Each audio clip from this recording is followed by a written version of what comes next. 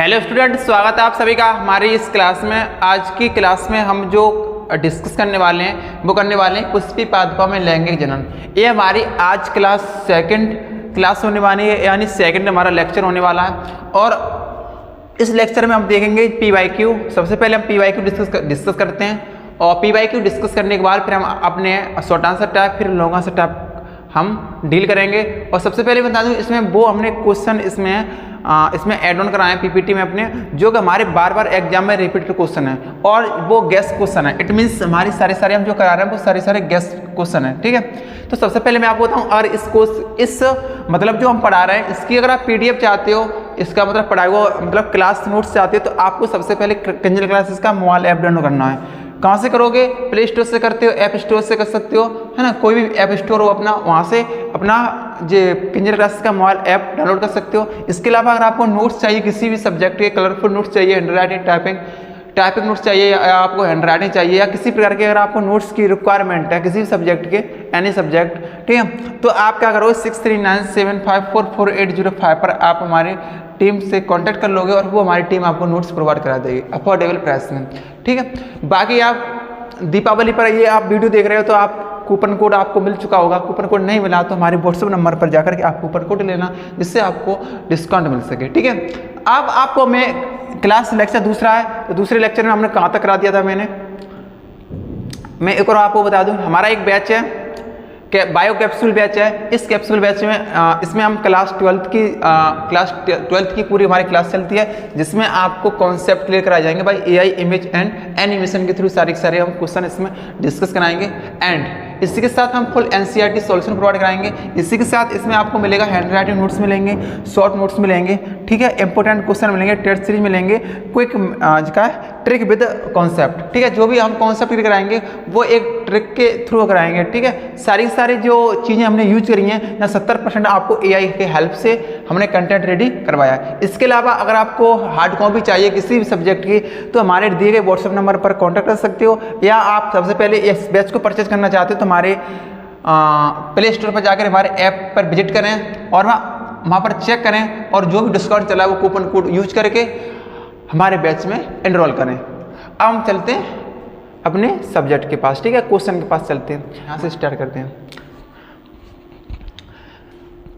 तो सबसे पहले जितने बच्चे ऐप में हमारे पढ़ रहे हैं, सभी ऐप वाले ये क्लियर करें हमारी वॉइस क्लियर आ रही है या नहीं आ रही, ठीक है। इंस्टाग्राम चारों पे एक बार में करा दिया मैंने, ठीक है। जो ऐप पे एनरोल नहीं वो भी यूट्यूब पे ले सकते हैं, या फेसबुक पे तो मैंने डाल दिया लोकल के लिए। बाकी यूट्यूब पे आपका चैनल का सब्सक्राइब होना चाहिए, तभी आप देख सकते हो, अदरवाइज नहीं। ऐप पे सब्सक्रिप्शन होगा तभी दिखेगी, बिना सब्सक्रिप्शन के नहीं है। नहीं, यूट्यूब पे सही रहो, यूट्यूब पे पढ़ो, ठीक है। ऐप पे पेमेंट करा देना, उसके बाद होगा, ठीक। अब मैं स्टार्ट करता हूँ, 20 मिनट में मुझे कराना है, 20 मिनट में, ठीक है। चलिए, हमारा पहला क्वेश्चन है इसमें परागकण। इसमें क्या है? परागकण पुष्प के किस अंग के भीतर निर्मित होते हैं? ये 2024 में क्वेश्चन आया था हमारे यूपी बोर्ड में आया था 2024 में, और बिहार बोर्ड में पूछा गया था 2021 में। क्या पूछा गया था कि परागकण इट मीन्स पॉलन ग्रेन, यानी फ्लावर के किस अंग के भीतर फॉर्म होते हैं यार, बनते हैं। किसके अंदर बनते हैं? लघु बीजाणुधानी के अंदर, जायंग के, गुरु बीजाणुधानी के, अंडाशय के अंदर। कहां पर बनते हैं? ये लघु बीजाणुधानी के अंदर बनते हैं। कैसे बनते हैं? सबसे पहले हम डायग्राम की तरफ नजर डालते हैं और इस तरीके से हम डायग्राम को ड्रॉ कर लेते हैं, ठीक है। अब क्या करेंगे, आपको पता है ये क्या परागकोश की अनुप्रस्थ काट है। इट मीन्स क्या है? Transverse section of pollen grain. क्या है? सॉरी, जो संरचना हुआ है ये ट्रांसवर्स सेक्शन ऑफ एंथर। क्या? Transverse section of anther. It means ये पराग कोश की अनुप्रस्थ काट है। और हम इसमें क्या करेंगे, सबसे पहले हम लघु बीजाणुधानी को ड्रॉ करेंगे। क्या करेंगे, लघु बीजाणुधानी को ड्रॉ करेंगे। बीच में हमारा होता है कनेक्टिव टिश्यू। इट मीन्स संयोजी ऊतक। क्या है, संयोजी ऊतक है। अब आपको पता है सबसे जो पराग कोश की सबसे बाहरी परत होती है वो कहलाती है बाह्य त्वचा, यानी इंग्लिश में बोले तो क्या कहलाएगी, एपिडर्मिस। जो सेकंड लेयर होती है उसे बोलते हैं एंडोथीसियम। क्या बोलते हैं, एंडोथीसियम। क्या बोलते हैं, एंडोथीसियम। तीसरी परत होती है उसे बोलते हैं मिडिल लेयर। क्या बोलते हैं, मिडिल लेयर। चौथी परत होती है tapetum. Tapetum is the most layer in anther. ठीक है, यानी जो हमारी जो टैपिटम है का टैपिटम, क्या टैपिटम, ये हमारे पूरे पोलन ग्रहण को क्या कराती है, न्यूट्रिएंट प्रोवाइड कराती है, यानी पोषण प्रोवाइड कराती, क्या कराती है, पोषण प्रदान कराती है। ये हमारे एग्जाम के पॉइंट ऑफ व्यू से मोस्ट इंपोर्टेंट है टैपिटम। क्या इंपोर्टेंट है, टैपिटम क्या है, हमारे एग्जाम के पॉइंट ऑफ व्यू से इंपोर्टेंट है। जहां पर क्वेश्चन दिया गया है परागकण का पुष्प के किस अंग के भीतर निर्मित होते हैं, क्या चीज, परागकण कहाँ होता है, लघु बीजाणुधानी में। ये पूरी क्या कहलाती है, लघु बीजाणुधानी, यानी क्या कहलाएगी, लघु बीजाणुधानी कहलाएगी। Am I clear. Next slide पे चलते हैं। अगली स्लाइड है हमारी, किसी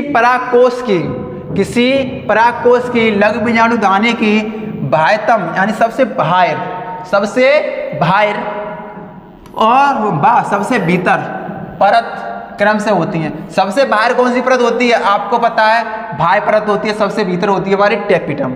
सबसे बाहर कौन सी होती है, एपिडर्मिस और टैपिटम। तो करेक्ट आंसर कौन सा हो गया, चौथा। सबसे बाहर कौन सी होती है, एपिडर्मिस होती है, और सबसे अंदर होती है हमारी वो टैपिटम होती है। तो right answer is correct D, epidermis व टैपिटम। और राइट एप आई उत्तम मत बचाओ एक भी, ठीक है, नहीं अभी लेंगे फिर उसके बाद नहीं हो नहीं पाएगा भैया, अभी कोई डिस्काउंट नहीं है, अपने दीपावली का इंतजार करें। अभी कोई कूपन कोड नहीं है, अपनी टीम से बात कर लें, हमारा काम नहीं है। चलो, निम्न में से किसकी मौजूदगी के कारण परागकण जीवाश्म के रूप में अच्छी तरह संरक्षित रहते हैं। किसके कारण रहते हैं, 2025 में आया था। कब आया था, 2025 में यूपी बोर्ड में पूछा गया था क्वेश्चन, और नीट में ये 2018 में पूछा गया था क्वेश्चन। नीट 2018 में क्वेश्चन आया था ये, और बीएससी नर्सिंग में ये 2016 में पूछा गया था, 2016 में पूछा गया था। ठीक है, ये इंपॉर्टेंट क्वेश्चन है, तो इस क्वेश्चन को आप इग्नोर ना करें। कौन सा होता है, स्पोरोपोरोलिन। इसमें सही नहीं लिखा,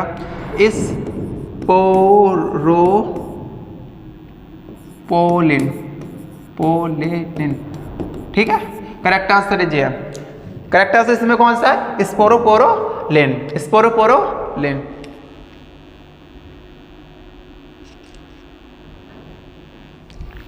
अगला क्वेश्चन है हमारा, थोड़ा स्पोरोपोरोलिन के बारे में थोड़ा हम बता दें। देखो, स्पोरोपोरोलिन एक प्राकृतिक रूप से पाए जाने वाला बहुलक होता है, जैविक बहुलक होता है। इसे बोलते हैं बायोपॉलीमर, जो क्या करेगा, ये परागकणों को और बीजाणुओं की बाहरी जो बाहर होते हैं, यानी एग्जाइन, यानी बाह्यचोल, जिसे क्या बोलते हैं, बाह्यचोल कहते हैं। यह उसका क्या होता है, मुख्य घटक होता है इसका बाह्यचोल का। बाह्यचोल कैसा होता है, कठोर होता है।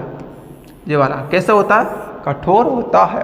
ठीक है, अगला क्वेश्चन है हमारा, अगला क्वेश्चन है, इसमें से कौन सा परागकण में पाए जाते हैं। परागकण में क्या पाए जाते हैं, परागकण में क्या पाए जाते हैं, परागकण में 2 नलिकाओं पाए जाते हैं, 2 वर्धी केंद्र पाए जाते हैं। बना लो परागकण, ये हमने परागकण बना लिया। एक काय केंद्रक होगा और एक जनन केंद्रक होगा, बाकी इसमें साइटोप्लाज्म फिल रहेगा। क्या रहेगा, इसमें साइटोप्लाज्म फिल रहेगा। एम आई क्लियर, क्या रहेगा, साइटोप्लाज्म फिल रहेगा। तो यानी एक जनन केंद्रक होगा और एक जनन कोशिका होगी। तो करेक्ट आंसर कौन सा है, एक, सी। ठीक है, अगला क्वेश्चन है हमारा, पुष्प में कौन सा अंग स्त्री यानी मादा जनन अंग की प्रतिनिधित्व करता है। ठीक है, तो कौन सा है हमारा, परागण प्रोसेस होती है, यानी क्या है, जायांग। क्या है इसमें, जायांग। कैसे जायांग, सबसे पहले हम एक स्त्री केसर का चित्र बना लेते हैं। ये हमारा क्या है, अंडाशय है। क्या है ये बेटा, अंडाशय है, यानी हम ओवरी कह सकते हैं। ठीक है, ये हमारा क्या है,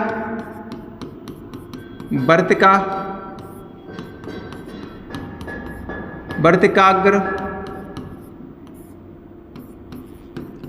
स्टिग्मा,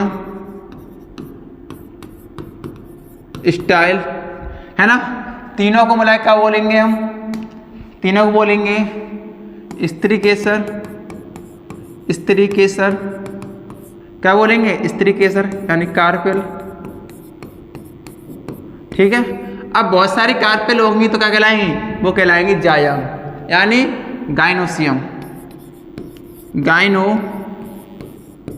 गाइनोसियम।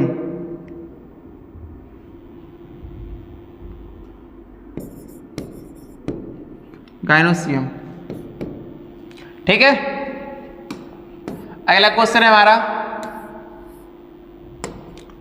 निम्न में कौन सी कोशिका सभी प्रकार के भ्रूण कोष में पाई जाती हैं। कौन सी पाई जाती हैं,